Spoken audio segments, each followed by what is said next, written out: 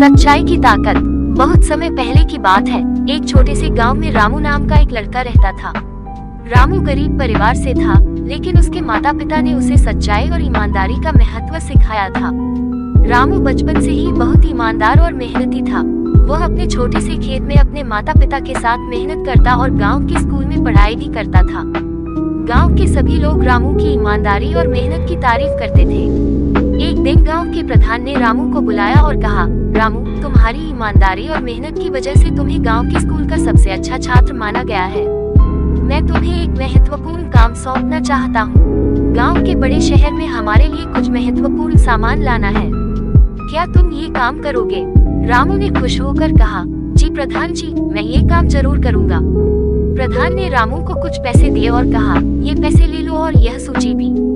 इसे ध्यान से देखो और सभी सामान सही सही लाकर हमें दे देना।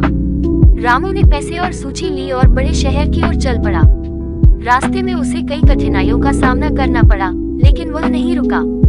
बड़े शहर पहुंचते ही उसने सूची के अनुसार सभी सामान खरीदा और ध्यानपूर्वक पैसे भी गिन लिए। वह वापस गांव की ओर चल पड़ा। रास्ते में रामू को एक बूढ़ी औरत मिली जो बहुत ही परेशान और भूखी थी। उसने रामू से मदद मांगी। रामू ने अपनी परिस्थिति को समझते हुए सोचा कि यदि मैं इन पैसों में से कुछ पैसे इस बूढ़ी औरत को दे दूं, तो वह भूखी नहीं रहेगी। लेकिन उसने तुरंत अपने विचार को रोका और सोचा कि यह पैसे गांव के सामान के लिए हैं, मैं इन्हें नहीं दे सकता। उसने बूढ़ी औरत से माफी मांगी और कहा, मुझे माफ करना माताजी, लेकिन ये पैसे मेरे नहीं हैं। मैं आपकी मदद नहीं कर सकता। रामू गांव पहुंचते ही प्रधान के पास गया और सभी सामान सही सही दे दिया।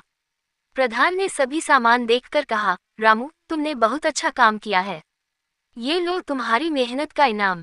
रामू ने कहा, प्रधान जी, यह मेरा कर्तव्य था, मुझे इनाम की आवश्यकता नहीं है। प्रधान ने रामू की ईमानदारी और निष्ठा की तारीफ की और गांव वालों को भी उसके बारे में बताया। रामू की ईमानदारी और निष्ठा की कहानी पूरे गांव में फैल गई। सभी लोग उसकी प्रशंसा करने लगे। कुछ दिनों बाद वह बूढ़ी औरत गांव में आए और रामू को पहचान गई।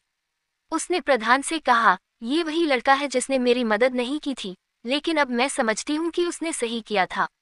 वह बहुत ईमानदार है। प्रधान ने बूढ़ी औरत को समझाया कि रामू ने अपने कर्तव्य को प्राथमिकता दी थी और यह उसकी सच्चाई की ताकत थी।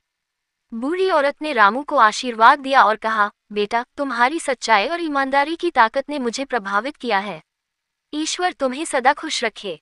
रामू की सच्चाई और ईमानदारी की कहानी पूरे गांव के लिए प्रेरणा बन गई। सभी लोग उसके जैसा बनने की कोशिश करने लगे। रामू की मेहनत और ईमानदारी ने उसे जीवन में बहुत आगे बढ़ाया और उसने अपने माता पिता का नाम रोशन किया। इस कहानी से हमें ये सीखने को मिलता है कि सच्चाई और ईमानदारी की ताकत सबसे बड़ी होती है। चाहे कितनी भी कठिनाइयां आएं, हमें सच्चाई का साथ नहीं छोड़ना चाहिए। सच्चाई की राह पर चलने से हम हमेशा सफल होंगे और समाज में हमारा सम्मान बढ़ेगा।